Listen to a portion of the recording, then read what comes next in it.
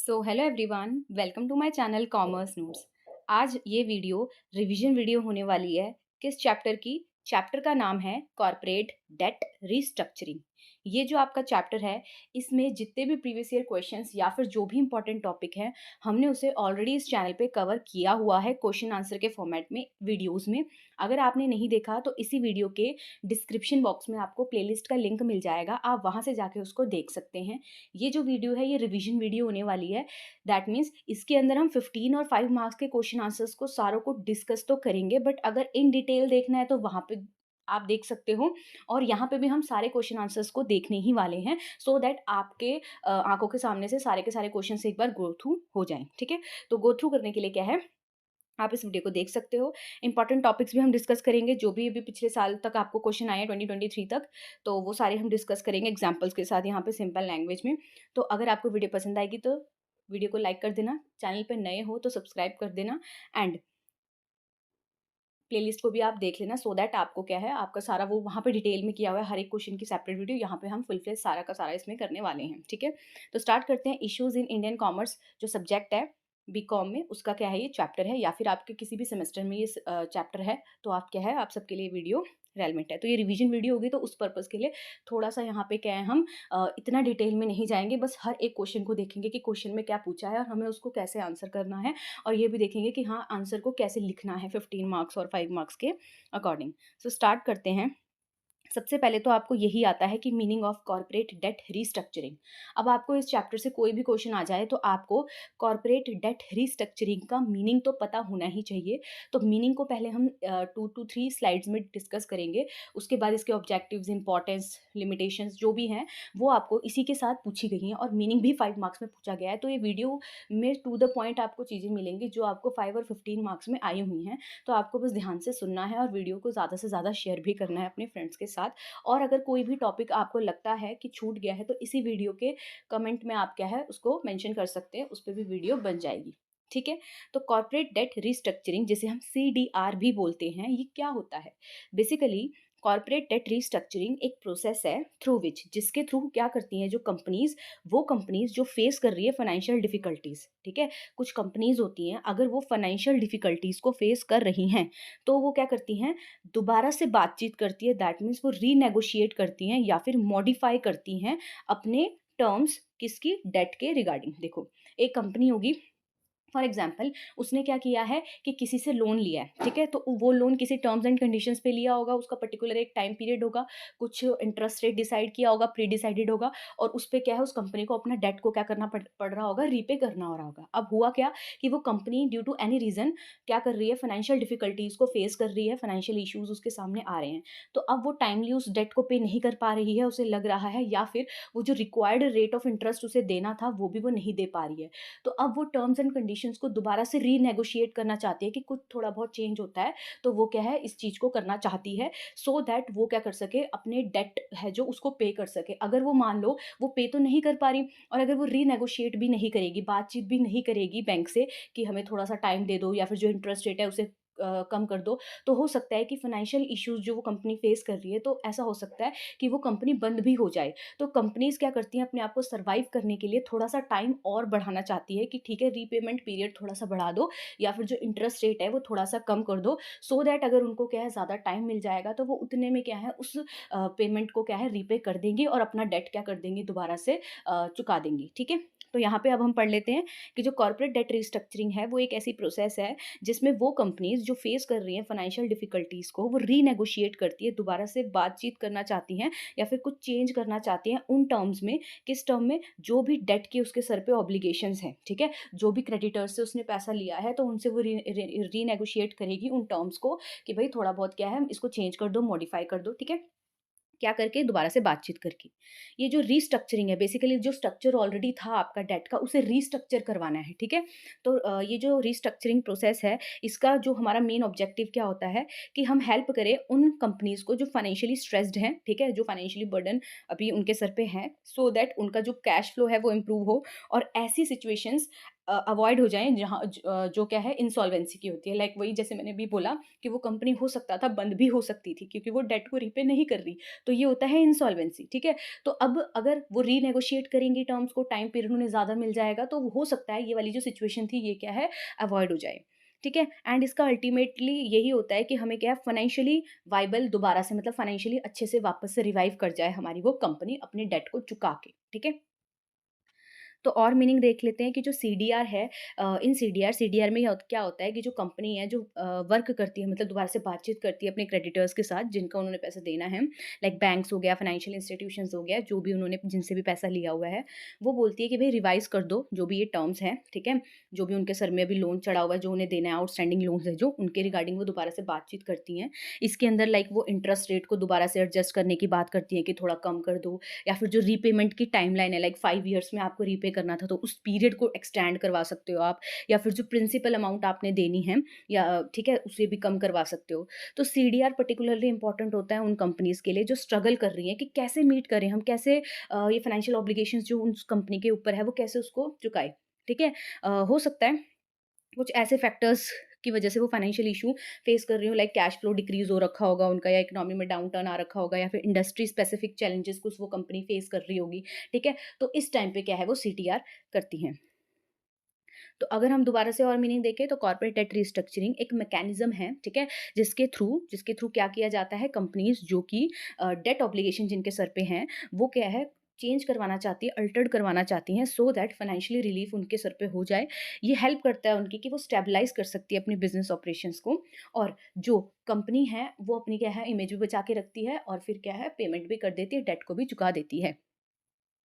तो corporate date जो restructuring है ये बेसिकली एक सॉल्यूशन है, और कैसा सॉल्यूशन है, स्ट्रेटेजिक सॉल्यूशन बनाया गया है कि जो बैंक है या फाइनेंशियल इंस्टीट्यूशन है उसे भी उसका लोन मिल जाए, और जो कंपनीज हैं वो भी क्या है, अपना लोन चुका के इंसॉल्वेंसी वाली सिचुएशन को अवॉइड कर दे। तो बेसिकली एक ही सॉल्यूशन लाया गया है, जिसे एक स्ट्रेटेजिक सॉल्यूशन बोला गया है। तो कॉर्पोरेट डेट रिस्ट्रक्चरिंग एक स्ट्रेटेजिक सॉल्यूशन है जो हेल्प करता है जो भी कंपनी फाइनेंशियली डिस्ट्रेस्ड है या फिर फाइनेंशियल इशू फेस कर रही हैं, वो मैनेज कर सकती है अपने डेट को और दोबारा से रीगेन कर सकती है अपनी फाइनेंशियल स्टेबिलिटी को। जब कैसे मॉडिफाई करते हैं हम इसमें लोन के टर्म्स को, कंपनी इंप्रूव कर सकती है अपने कैश फ्लो को, वो फोकस कर सकती है फिर अपने लॉन्ग टर्म गोल्स में, क्योंकि उनके सर से जो ये बर्डन था वो हट चुका है, ठीक है? और बैंकरप्सी जो वाली सिचुएशन आती है वो भी प्रिवेंट होती है, और अल्टीमेटली इसमें बेनिफिट होता है दोनों को, कंपनी को भी और एज वेल एज क्रेडिटर्स को भी, ठीक है? तो in simple term we can say that corporate debt restructuring क्या होता है, जब कंपनी जो स्ट्रगल कर रही है पे बैक करने के लिए लोन को अपने लेंडर के साथ, ठीक है?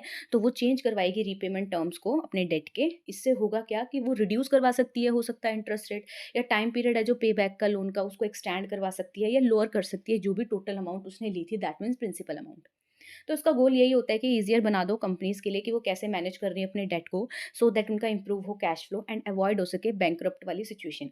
इसमें हम एडजस्ट करते हैं टर्म्स को, ठीक है? कंपनी के पास एक चांस आ जाता है कि हाँ, उसके पास और ज़्यादा टाइम हो गया, तो वो और अच्छे से क्या है, अपने मतलब टाइम मिल गया तो रीपे करेगी वो, ठीक है? तो इससे क्या होता है, दोनों के लिए क्या है, बेनिफिट हो जाता है। तो ये था अभी हमने मीनिंग। हालाँकि हमने डिटेल में ही पढ़ा इस मीनिंग को, क्योंकि मीनिंग हमें पढ़ना बहुत ज़रूरी है। मीनिंग तो आपको हर क्वेश्चन के साथ देना ही देना पड़ेगा, ठीक है? तो मीनिंग के लिए हमने किया है, 8 मिनट हो चुके हैं और हमने मीनिंग ही अभी डिस्कस किया है, क्योंकि 15 मार्क्स में आपको मीनिंग लिखना है, और अगर 5 मार्क्स में भी आएगा तो भी यही लिखना है। अगर आपने वो मीनिंग की वीडियो देखी है, ठीक है? हालाँकि यहाँ भी हमने मीनिंग डिस्कस भी कर लिया। तो सीडीआर इज अ प्रोसेस जहाँ पे फाइनेंशियली स्ट्रगलिंग कंपनीज नेगोशिएट करती हैं अपने लेंडर्स के साथ कि मॉडिफाई कर दो हमारी जो भी डेट की टर्म्स हैं। इसके अंदर हम एक्सटेंड करवा सकते हैं अपना रीपेमेंट पीरियड, या लोअर करवा सकते हैं इंटरेस्ट रेट को, या फिर टोटल जो डेट अमाउंट है उसे रिड्यूस करवा सकते हैं। मेन गोल सीडीआर का यही होता है कि हेल्प हो जाए कंपनी की, वो मैनेज कर सके अपने डेट ऑब्लिगेशंस को, और जो बैंकरप्सी वाली सिचुएशन होती है उसे अवॉइड करे, फाइनेंशियली रिकवर हो जाए वो। और इस ये क्या है, एक स्ट्रेटेजिक सॉल्यूशन है जो दोनों को बेनिफिट देता है, company as well as creditors. अब ऑब्जेक्टिव्स क्या हैं सीडीआर के, ठीक है? तो ऑब्जेक्टिव्स क्या है, सबसे पहला ऑब्जेक्टिव है कि अवॉइड करवाना होता है बैंकरप्सी वाली सिचुएशंस। सीडीआर हेल्प करता है कंपनी की अवॉइड करवाने में बैंकरप्सी, जिससे क्या है, कहीं ना कहीं जो भी कंपनी है, लाइक अगर वो सीडीआर के थ्रू क्या कर रही है, अपना जो टर्म है वो बढ़ा रही है या इंटरेस्ट रेट रिड्यूस करवा रही है, तो वो क्या है, उसके पास टाइम है कि वो रीपे करवा देगी, तो वो क्या है, फिर और आगे अपना फाइनेंशियली जो पोजीशन थी उसे दोबारा से रीगेन कर लेगी। एग्जाम्पल यहाँ दे रखा है कि एक रिटेल कंपनी है, वो फेस कर रही है कि उसकी लो सेल हो रही है, तो उसने रीस्ट्रक्चर करवा दिया अपने डेट को, सो दैट क्या है, to keep operating rather than shutting down, कि वो ऑपरेट करते रहे, ना कि वो शट डाउन कर दे, ठीक है, अपने आप को। फिर है इम्प्रूव कैश फ्लो। जब हम एडजस्ट करवा देते हैं ना पेमेंट टर्म को, तो जो सीडीआर है वो फ्री अप कर देता है कैश कंपनी के लिए, सो दैट वो जो कंपनी है, जो उसका सारा पैसा वहाँ लोन देने में जा रहा था, अब वो उसके पास बच जाएगा और वो अपने डेली एक्सपेंसेस को उस पैसे से क्या है करेगी, ठीक है। तो यहाँ पे कंपनी का क्या है, कैश फ्लो इंप्रूव होता है। जैसे एक मैन्युफैक्चरिंग कंपनी है, उसने सेव किया था कैश, की वो बाय करेगी मटेरियल, ठीक है, और अपना प्रोडक्शन प्रोसेस चलाती रहेगी। तो अब वो क्या है, ये जो पैसा है जो उसने सेव किया है, वो वहाँ देने के बजाय यहाँ अपने जो भी एक्टिविटीज़ कर रही है वहाँ पे ये पैसा ले सकती है, ठीक है। हो सकता था अगर ऐसा ना हो तो वो ये सारी अमाउंट किसको देती, जो कि लोन है, लोन की पेमेंट के लिए देती। तो पर यहाँ पे उसने दोबारा से रीनेगोशिएट किया, तो थोड़ा पैसा उनके पास बच गया, और अब वो क्या है, अपने डे टू डे ऑपरेशंस पे भी इस पैसे को क्या कर रहे हैं, खर्च रहे हैं। नेक्स्ट है maintain stakeholders confidence. CDR assure करता है एम्प्लॉयज़ को, इन्वेस्टर्स को और उसके कस्टमर्स को, कि जो कंपनी है उसने एक स्टेप लिया है कि वो कैसे फाइनेंशियली दोबारा से रिकवर करेगी, ठीक है। तो यहाँ पे लिखा हुआ है कि एक एग्जांपल है, एक टेक कंपनी है, उसने रिस्ट्रक्चर किया अपने डेट को, तो अब एम्प्लॉय फील कर रहे हैं ज़्यादा सिक्योर, ठीक है, अपने जॉब के लिए, और इन्वेस्टर्स क्या है, सपोर्टिव हैं वहाँ पे। फिर है प्रिजर्व इकोनॉमिक वैल्यू। जब हम प्रिवेंट कर रहे हैं ना ऐसी सिचुएशन कि हाँ ये बिजनेस फेलियर आ रहा है, तो सीडीआर क्या कर रहा है, कहीं ना कहीं कंपनी के वैल्यू को बचाता है, ठीक है, और ये क्या है, गुड होता है कंपनी के लिए भी और इकोनॉमी के लिए भी।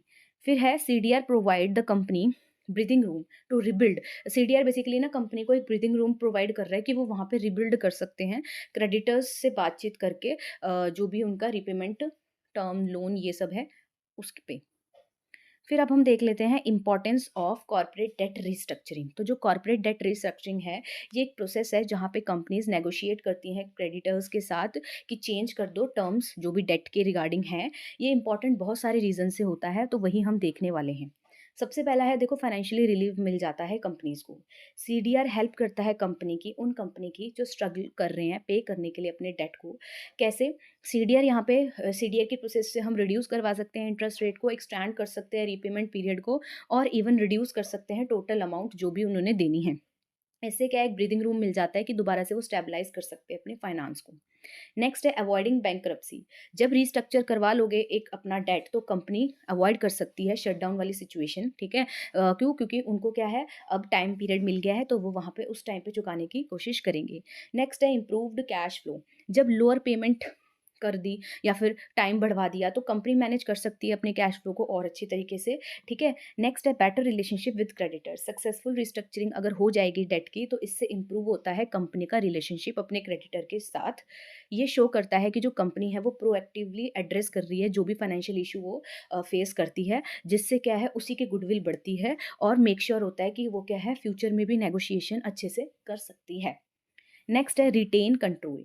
बहुत से केसेस में जो रिस्ट्रक्चरिंग है वो अलाउ करती है कंपनी को कि वो कंट्रोल कर सकते हैं अपने ऑपरेशंस में, ठीक है। रेदर कि जो उनके कंट्रोल है वो क्या है, किसके द्वारा ले लिए जाए, इन्वेस्टर के, क्रेडिटर के द्वारा।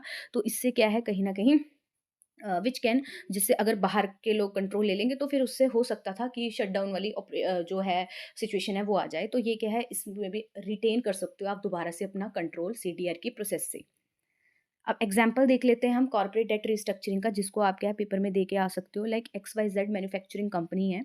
तो इमेजिन करो एक X Y Z manufacturing company है, वो फेस कर रही है फाइनेंशियल डिफिकल्टीज को। क्यों? क्योंकि उसकी सेल्स है जो वो ड्रॉप हुई हैं, तो उसको रेवेन्यू नहीं आ रहा, ठीक है।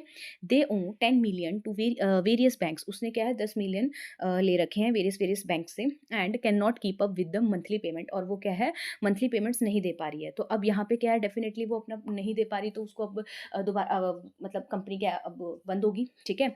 तो उसके एसेट्स वगैरह सेल होंगे, जितने भी क्रेडिटर्स हैं उनको क्या है, पैसा देना पड़ेगा उसको बेच के, है ना। तो अब ये जो सिचुएशन थी, बैंकरप्सी वाली आ गई। पर इस सिचुएशन को अवॉइड करने के लिए एक सॉल्यूशन निकाला गया है। कंपनी ने अप्रोच किया उस सॉल्यूशन को कि अपने क्रेडिटर्स से दोबारा से बात किया जाए, इस डेट को रिस्ट्रक्चर कैसे किया जाए। तो इसे ही बोल रहे थे हम सीडीआर। तो यहाँ पे वो नेगोशिएट करेगी सबसे पहले। X Y Z proposes to lower the interest rate. उस कंपनी ने बोला कि यार इंटरेस्ट रेट को कम कर दो, लाइक अगर वो 8% है तो उससे 5% कर दो, या फिर रीपेमेंट का पीरियड जो कि 5 साल था उसे बढ़ा के 10 साल कर दो, ठीक है।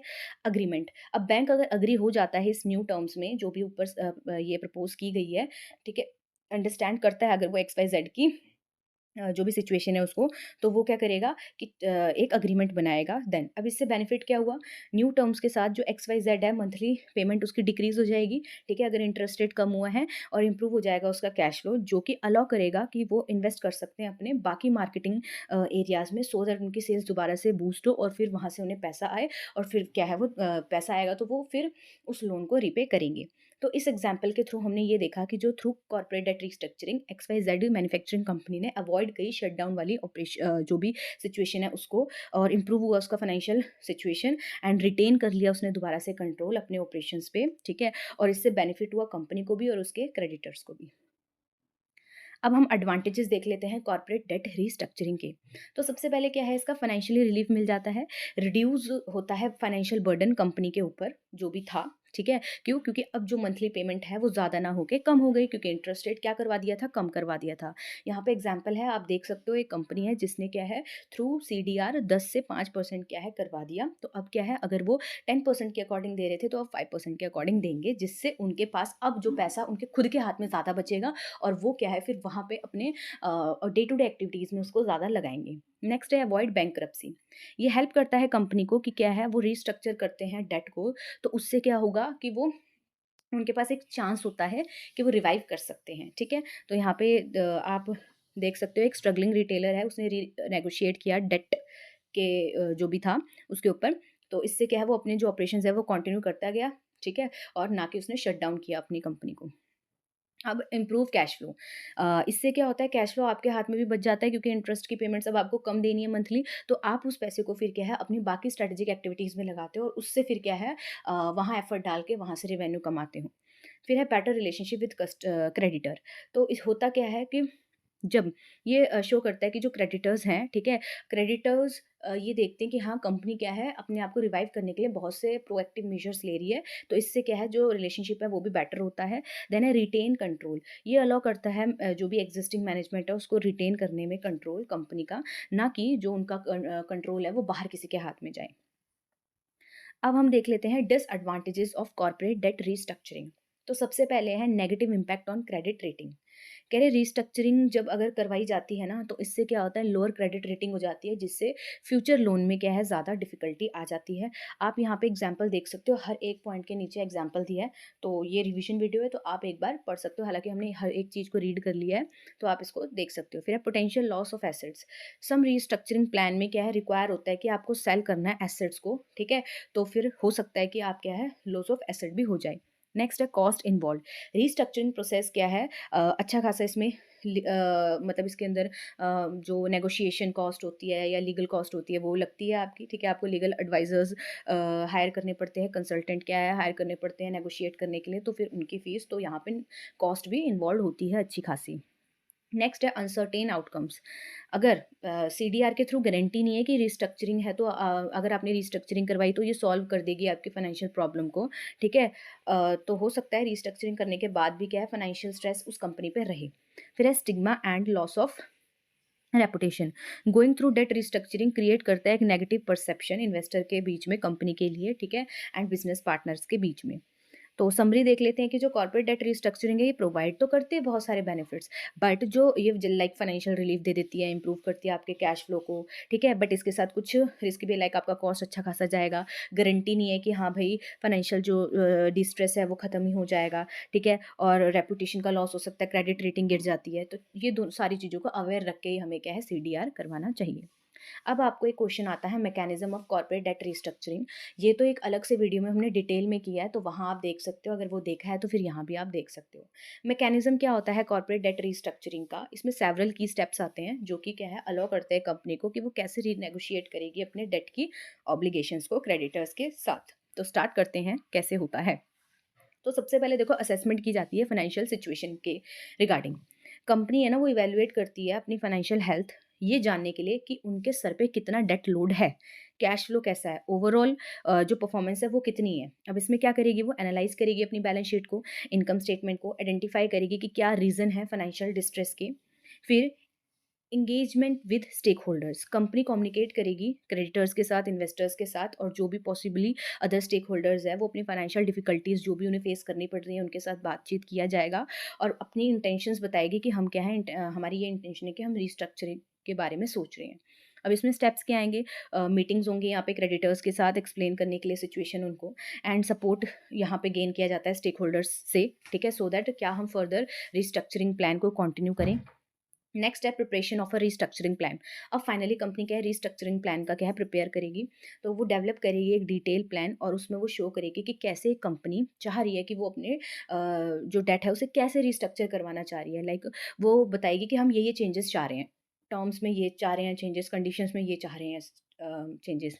लाइक इसमें प्रपोजल बनाया जाएगा कि कैसे या तो हम इंटरेस्ट रेट कम करवा लेते हैं, या फिर जो पेमेंट है पीरियड उसे बढ़ा लेते हैं, या डेट फॉरगिवनेस की बात इसमें देख रहे हैं। तो क्लियर स्ट्रैटेजीज यहाँ बताई जाएगी कि कैसे दोबारा से प्रॉफिटेबिलिटी में रिटर्न किया जाए, ठीक है। फिर है नेगोशिएट्स विद क्रेडिटर्स। अब क्या होगा, जो कंपनी है वो नेगोशिएट करेगी क्रेडिटर के साथ सो दैट वो रीच करें म्यूचुअली एक्सेप्टेबल एग्रीमेंट में। इसमें डिस्कस किया जाएगा जो भी प्रपोज्ड प्लान था उनके साथ बताया जाएगा उनको, एंड फिर एड्रेस किया जाएगा जो भी इश्यूज हैं, और एक कहीं ना कहीं दोनों की सहमति के साथ एक रिजल्ट लाने की कोशिश की जाएगी। अब है implementation of restructuring plan. Once agreement अगर रीच हो जाता है, ठीक है, अग्री हो जाता है, तो जो कंपनी है वो स्टार्ट करेगी इम्प्लीमेंट जो भी नई टर्म्स थी। इसमें लाइक वो मॉडिफाई करेगी पेमेंट शेड्यूल जो भी थे अकॉर्डिंग टू न्यू एग्रीमेंट। फिर वो कम्युनिकेट करेगी जो भी चेंजेस हैं अपने स्टेक होल्डर्स के साथ including employees. Monitoring and compliance, तो इसमें क्या बोला है,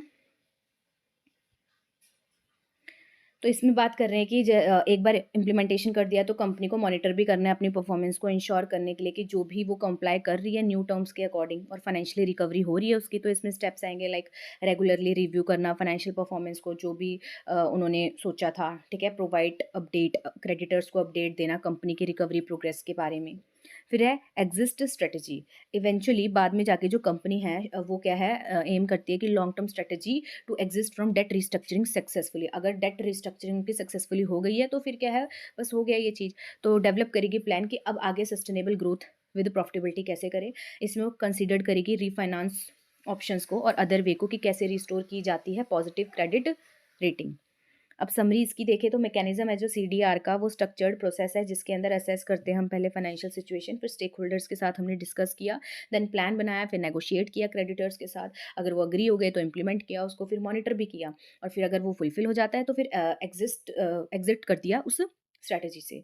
हर एक स्टेप क्रूशियल होता है कंपनी के लिए कि वो कैसे रीगेन कर सकती है अपनी फाइनेंशियल स्टेबिलिटी को और अपने कंटिन्यू कर सकती है साथ के साथ ऑपरेशंस को सक्सेसफुली, ठीक है। नेक्स्ट है आपका methods of corporate debt restructuring. तो जो कॉर्पोरेट डेट रिस्ट्रक्चरिंग है, ठीक है, ये अलग अलग मेथड्स के थ्रू किया जाता है और हर एक मेथड अलग अलग सिचुएशन के लिए आपके लिए बनाए गए हैं।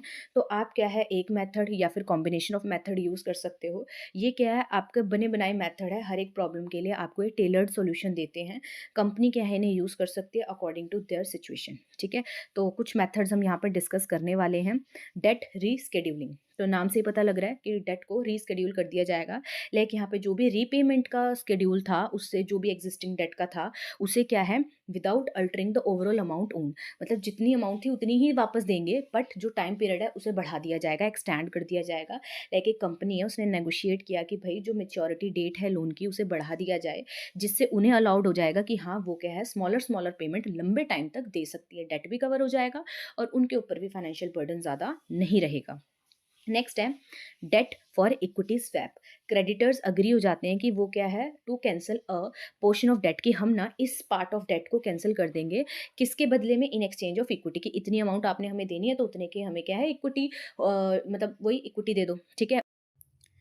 तो अब हम करेंगे रिवीजन वीडियो में ही कि कौन कौन से मेथड्स है जो कि डेट रीस्ट्रक्चरिंग अगर हमें करानी है अपनी तो हम फॉलो करते हैं, ठीक है। तो सारे हमने रिवीजन वीडियो में ऑलमोस्ट क्वेश्चंस कर लिए हैं, ये वाला क्वेश्चन था तो इसको भी as a revision video purpose से ही क्या है रिकॉर्ड करके इसमें ऐड करा है। हालांकि मैंने सोचा था कि जो पुराने वाला है उसी को इसमें ऐड कर देंगे, बट इसको दोबारा से रिवीजन के ही पॉइंट ऑफ व्यू से यहाँ पर डाला जा रहा है। अगर आपने वो डिटेल में देखनी है यही वाली ऑलरेडी कवर की है, इसी वीडियो के डिस्क्रिप्शन में जाके देख लेना।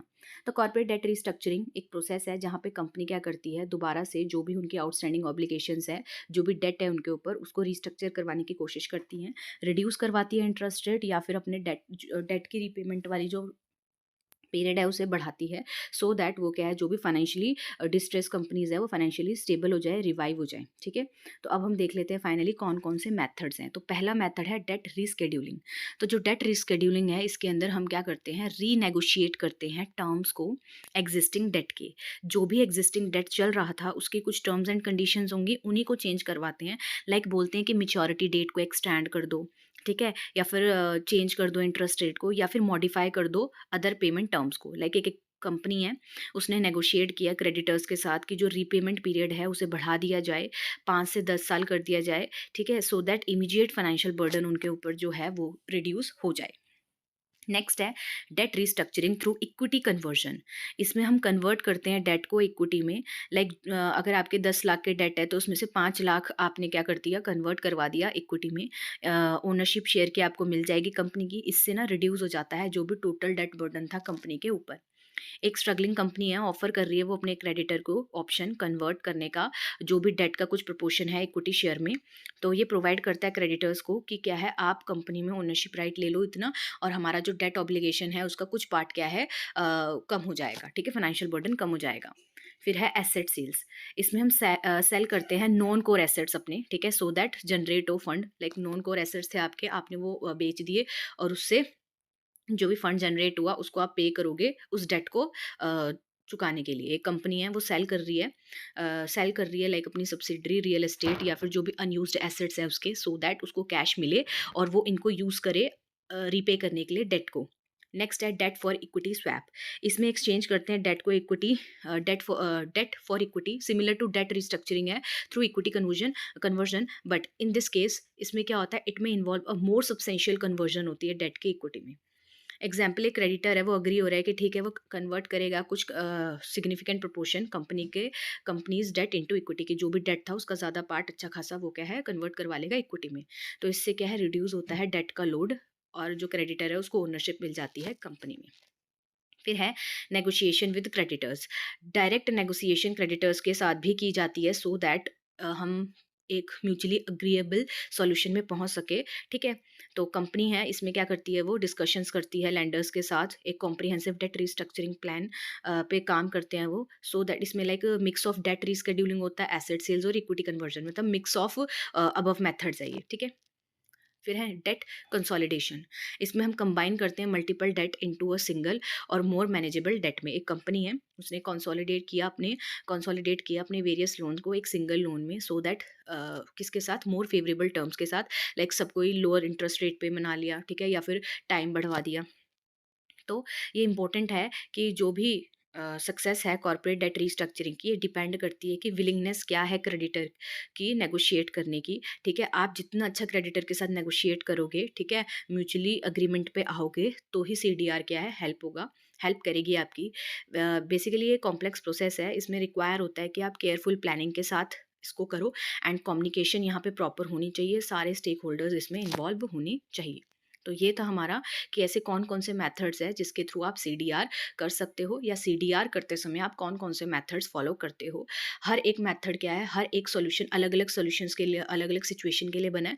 तो वो डिपेंड करता है कि आपको कौन सी जो मेथड है वो फिट हो रहा है किस सिचुएशन पे, आप उसको क्या है यूज़ कर सकते हो, या फिर कॉम्बिनेशंस ऑफ मेथड्स भी यूज़ कर सकते हो। लेते हैं कॉर्पोरेट डेट रिस्ट्रक्चरिंग क्या होता है। ये एक ऐसा मैकेनिज्म है, एक ऐसी प्रोसेस है जो अलाउड करती है किन कंपनीज को जो फाइनेंशियली डिस्ट्रेस या फाइनेंशियली चैलेंजेस फेस कर रही हैं, ताकि उन्हें क्या अलाउड करती है कि आप जो कंपनियां हैं वो रीऑर्गेनाइज कर सके, रिस्ट्रक्चर कर सके अपने एग्जिस्टिंग डेट ऑब्लिगेशंस को। किसकी हेल्प से, क्रेडिटर की हेल्प से। मतलब कि एक बैंक है और एक कंपनी है, अगर बैंक से लोन लिया है किसी कंपनी ने, तो वो दोनों क्या कर सकते हैं, कॉपरेशन के साथ अपने डेट के जो ऑलरेडी एग्रीमेंट है उसमें क्या है, थोड़े उसको रीऑर्गेनाइज कर सकते हैं, रिस्ट्रक्चर कर सकते हैं, ताकि क्या है, जो कंपनी फाइनेंशियल चैलेंजेस को फेस कर रही है उसके सर से वो बर्डन क्या हो सके, कम हो सके। ये जो प्रोसेस है ये कहीं ना कहीं फाइनेंशियली ट्रबल्ड कंपनी को क्या है, बहुत ज़्यादा हेल्प करती है उनके डेट बर्डन को मैनेज करने के लिए, एंड इम्प्रूव करती है उनकी फाइनेंशियल हेल्थ, और अवॉइड करती है कि कोई कंपनी बैंकरप्सी में ना जाए। तो यहाँ पे here detail explanation of the corporate debt restructuring mechanism in India with the help of example. तो अब हम पढ़ेंगे डिटेल्ड कैसे प्रोसेस ये चलती है। अगर किसी कंपनी को मान लो फाइनेंशियली डिस्ट्रेस चैलेंज फेस करना पड़ रहा है, तो वो कैसे सीडीआर की हेल्प लेगी, क्या क्या स्टेप से उसको होके गुजरना पड़ेगा, ये हम समझेंगे with the help of example. तो चलिए स्टार्ट करते हैं। तो सबसे पहली हमारी स्टेप है इनिशिएशन ऑफ सीडीआर प्रोसेस। तो सबसे पहले क्या है, सीडीआर प्रोसेस स्टार्ट होगी। इनिशिएट मतलब स्टार्ट होना, तो स्टार्ट होगी सीडीआर की प्रोसेस। कैसे होगी? A company that is facing financial distress, for example एक कंपनी है, वो कंपनी क्या कर रही है, फाइनेंशियल डिस्ट्रेस को फेस कर रही है, चैलेंज कर मतलब कि उसके सामने ना उसको फाइनेंशियली बर्डन हो रहा है, वो ढंग से नहीं चल पा रही है, ये सब कर रही है, वो अनेबल हो रही है मीट करने के लिए अपनी डेट ऑब्लिगेशन को। अब वो फाइनेंशियल चैलेंजेस को फेस कर रही है, तो वो अपने जो बैंक से लोन लिया था उसको कैसे पे करेगी? तो अपने डेट ऑब्लिगेशंस को वो अनेबल हो रही है मीट करने के लिए। तो अब क्या है, उसके पास ये ऑप्शन है कि वो इनिशिएट करे सीडीआर की प्रोसेस, क्योंकि उन्हें पता है सीडीआर हमारे पास क्या है, एक टूल है जिससे हम क्या कर सकते हैं, अपने डेट को रिकंस्ट्रक्ट करवा सकते हैं। तो उन्होंने क्या किया, वो स्टार्ट करेंगे सीडीआर की प्रोसेस को। This can be done voluntarily, ये कंपनी खुद से भी कर सकती है, या फिर जो लेंडर है मतलब जो बैंक है वो भी करवा सकता है। क्यों? क्योंकि उसके पास, जैसे फॉर एग्जांपल कंपनी है, कंपनी ने पैसा देना है अपनी मतलब कंपनी ने जो भी डेट लिया था बैंक से वो देना चाह रही है, ठीक है, बट वो नहीं दे पा रही। तो या तो क्या है, कंपनी बोल देगी कि सीडीआर प्रोसेस को स्टार्ट करवाया जाए, या तो बैंक ही बोल देगा कि भाई आप हमारे लोन क्या है टाइमली नहीं दे पा रहे हो या ये सब नहीं दे पा रहे हो, तो सीडीआर प्रोसेस स्टार्ट करवा दो। तो दोनों में से क्या है, कोई भी सीडीआर की प्रोसेस को इनिशिएट करवा सकता है। जैसे कि यहाँ पे अब एग्जाम्पल दिया, इसी पॉइंट को कैसे हम एक्सप्लेन कर रहे हैं। XYZ क्या है, स्टील लिमिटेड एक कंपनी है। अब इंडिया में due to the sharp decline in steel prices, steel के प्राइजेस में क्या हुआ, डिक्लाइन हुआ, स्लो डाउन हुआ उसकी डिमांड। जैसे ही डिक्लाइन हुए प्राइजेस, तो डिमांड क्या है उसकी, उस प्रोडक्ट की कम हुई। The company is facing severe financial distress, तो कंपनी क्या है, फाइनेंशियल डिस्ट्रेस को फेस कर रही है, मतलब उसके लॉसेस हो रहे हैं, सीधी सी बात है। तो अब वो क्या है, अब लॉसेस हो रहे हैं, तो क्या जो उसने बैंक से लोन लिया था वो उसको पे कर पाएगी? नहीं कर पाएगी। डेट ऑब्लिगेशंस को अपने नहीं फुलफिल कर पाएगी। तो अब क्या करेगी, अब वो अपना लोन नहीं पे कर पा रही है, जो भी उसने मल्टीपल बैंक से लोन लिए होंगे। तो अब जो मैनेजमेंट है XYZ लिमिटेड की, वो क्या डिसाइड करेंगे कि चलो यार अब सीडीएस की प्रोसेस को, सीडीआर की प्रोसेस को हमें क्या है स्टार्ट करवा देना चाहिए, ताकि हम इस फाइनेंशियल ट्रबल से बचें और कुछ ना कुछ हमें सहायता मिल जाए। अब नेक्स्ट स्टेप होगी, अभी तो उन्होंने सोचा है कि इनिशिएट करे, तो इनिशिएट कोई भी कर सकता है, ईदर साइड, या तो कंपनी या फिर जो क्रेडिटर है या बैंक है। फॉर्मेशन ऑफ सीडीआर सेल, तो क्या होता है कि फॉर्मेशन होगी सीडीआर सेल की। जैसे सीडीआर की जो सीडीआर मैकेनिज्म है ना, या जो सीडीआर प्रोसेस है, ये कौन करता है, ये सीडीआर सेल करता है। तो the CDR mechanism is governed by CDR cell, ये कौन करेगा, सीडीआर सेल करेगा। Which is non statutory organisation, जो कि एक नॉन स्टेचुरेटरी ऑर्गेनाइजेशन है, जो कि इंडियन बैंक्स और वेरियस फाइनेंशियल इंस्टीट्यूशन मिलके क्या बनाते हैं, एक पर्टिकुलर डेडिकेट किया गया है कि आप ही क्या करोगे, सीडीआर मैकेनिज्म, सीडीआर के प्रोसेस को कंट्रोल करोगे, गवर्न करोगे। तो सीडीआर सेल बनाया जाता है, किसके द्वारा बनाया जाता है, इंडियन बैंक्स के द्वारा एंड फाइनेंशियल इंस्टीट्यूशंस के द्वारा। अब the CDR cell is responsible for facilitating debt restructuring negotiation, तो अब जो सीडीआर सेल है वो क्या करवाएगा, लेंडर मतलब बैंक और कंपनी के बीच में नेगोशिएशंस करवाएगा, ताकि क्या है, डेट को रिस्ट्रक्चर किया जाए। ये सारा का सारा काम क्या है, सीडीआर सेल का ही है। फिर यहाँ पे अब इसको एग्जांपल से समझते हैं इसी पॉइंट को, कि जो सीडीआर सेल है उसमें क्या है, रिप्रेजेंटेटिव होते हैं बहुत अलग अलग बैंक के और फाइनेंशियल इंस्टीट्यूशन के, और जो कि रिस्पॉन्सिबल होते हैं ये सारी प्रोसेस को करवाने के लिए, ठीक है।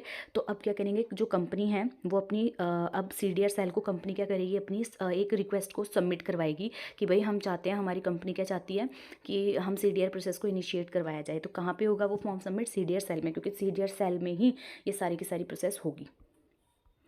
नेक्स्ट पॉइंट है हमारा एलिजिबिलिटी एंड अप्रूवल। अब मैंने, जैसे फॉर एग्जांपल अगर मैं कंपनी हूँ, तो मैंने क्या किया, वो जो फॉर्म था वो सबमिट करवा दिया सीडीआर सेल में। अब सीडीआर सेल ऐसे थोड़ा ना ले लेगा, वो ये देखेगा ना एलिजिबल है ये कंपनी की नहीं है, ठीक है, तब वो मुझे अप्रूवल देगा। तो अब देखते हैं कि क्या बोलना चाह रहा है ये point. The CDR cell assess the eligibility of distress company, तो जो सीडीआर सेल है अब वो मेरी सारी की सारी क्या देखेगा, एलिजिबिलिटी देखेगा कि क्या मैं रिस्ट्रक्चरिंग के लिए वो हूँ भी कि नहीं हूँ, एलिजिबल हूँ भी कि नहीं हूँ। तो एलिजिबिलिटी क्राइटेरिया वेरी हो सकता है, बट जनरली इसमें क्या कुछ तो चीज़ें होती है जो कॉमन देखते ही देखते हैं, जैसे कि जो कंपनी है उसकी फाइनेंशियल वायबिलिटी कैसी है, क्या वो आगे जाके ग्रो करेगी, कि आगे जाके भी उसका यही है कि मतलब लॉस ही होगा, ठीक है। देन उसका कितना फाइनेंशियल स्ट्रेस है, कितना हमें डेट को रिकंस्ट्रक्चर करने की ज़रूरत है, ठीक है।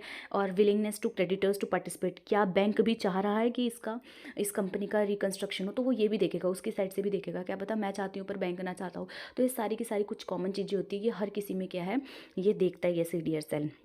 वंस एलिजिबिलिटी इज़ कन्फर्म, जब सीडीआर सेल को हो जाएगा कि हाँ यार ये कंपनी क्या है, एलिजिबल है, तो सीडीआर सेल क्या करेगा, एक ड्राफ्ट बनाएगा और रिस्ट्रक्चरिंग करने का प्लान की, ठीक है। अब हम क्या है, हमने आपका ये जो फॉर्म था उसको सबमिट कर लिया, अब क्या है, सीडीआर सेल एक ड्राफ्ट बनाएगा कि कैसे आपका जो डेट है इसको रिकंस्ट्रक्शन करना है। Then example, the CDR cells assesses XYZ, अब जो सीडीआर सेल था वो हमारे जो एग्जाम्पल में XYZ थी ना कंपनी, तो उसकी एलिजिबिलिटी को देखेगा। आफ्टर कंक्लूडिंग थोरो फाइनेंशियल एनालिसिस। अब वो क्या ऊपर ऊपर से सारी फाइनेंशियल एनालिसिस कर लेगा उस कंपनी की, तो वो डिटरमाइन करेगा कि कंपनी का कितना वो है, मतलब कितनी उसकी। तो जैसे ही क्या है जो बैंक वो सीडीआर सेल है वो क्या करेगा, कंपनी की सारी चीज़ें देखेगा कि कंपनी जेन्युइन है कि नहीं है, क्या ये इसके अंदर पोटेंशियल है कि आज अगर हम इसका डेट को रिस्ट्रक्चर कर भी दे तो ये आगे जाके क्या पे कर भी सकता है कि नहीं कर सकता। तो सीडीआर ये सारी की सारी एलिजिबिलिटी देखेगा। जैसे ही उसको कन्फर्मिटी हो जाएगी तो सीडीआर सेल क्या करेगा, कन्फर्म करेगा कंपनी की एलिजिबिलिटी कि हाँ भाई अब हम सीडीआर प्रोसेस को क्या कर सकते हैं, आगे बढ़ा सकते हैं। अब ये पॉइंट है important, drafting the restructuring plan. अब वो ड्राफ्ट करेगा कि कैसे हमें ना इस जो ऑलरेडी एग्रीमेंट हो रखा है कंपनी और लेंडर के बीच में, उस टर्म्स एंड कंडीशंस को कैसे हमें रिकंस्ट्रक्शन करना है, रीस्ट्रक्चरिंग करना है। तो अब क्या करेगा, CDR cell in constitution with the company and its creditor. तो सीडीआर सेल बोलेगा कंपनी भी आओ और क्रेडिटर भी आओ, इन दोनों को क्या है बुलाएगा, दैट प्रिपेयर करेगा एक कॉम्प्रिहेंसिव डेट रिस्ट्रक्चरिंग प्लान, एक कॉम्प्रिहेंसिव डेट स्ट्रक्चरिंग प्लान ये बनाएगा।